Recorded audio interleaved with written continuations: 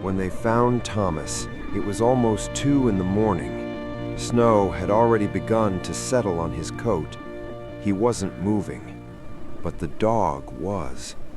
Curled across Thomas's chest, he gave him the last warmth he had.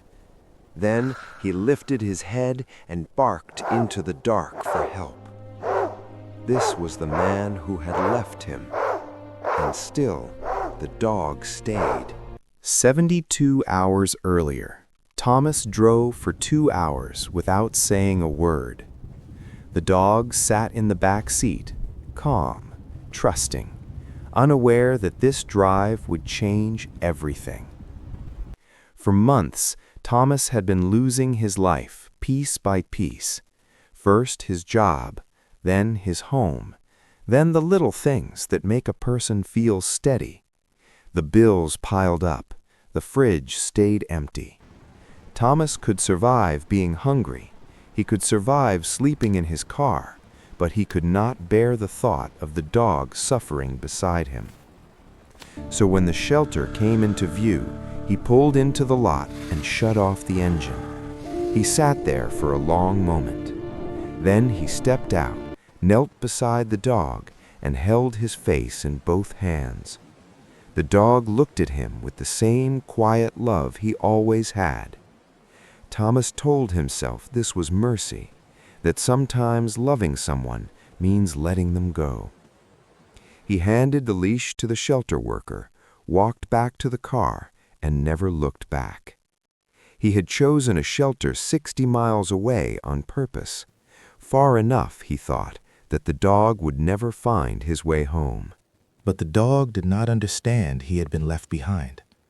He waited by the kennel door on the first day, and on the 14th day, he was still there. The staff brought him food. He barely touched it. They led him outside. He came back and sat in the same place again, watching the entrance, listening for footsteps that never came. Days became weeks.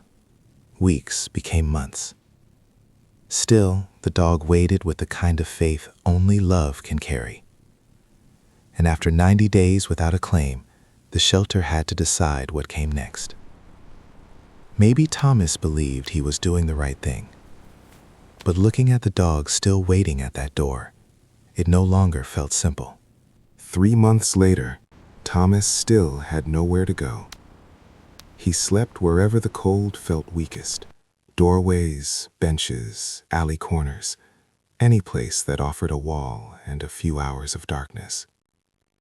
One night, he pulled out his phone and found the shelter's number. For a moment, he almost called. He almost asked if the dog was still there. He almost said he was sorry. Then he saw his reflection in a dark window. Tired eyes, hollow face, a man with nothing left to give. So he ended the call. In his mind, the dog deserved warmth, a full bowl, a real home. Not this.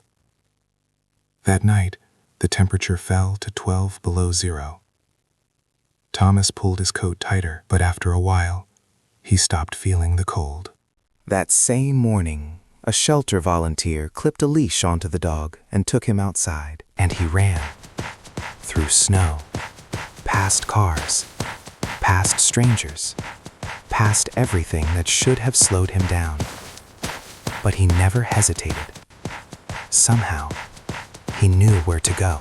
When the dog reached the alley, Thomas was still there, still silent, still freezing. The dog did not panic.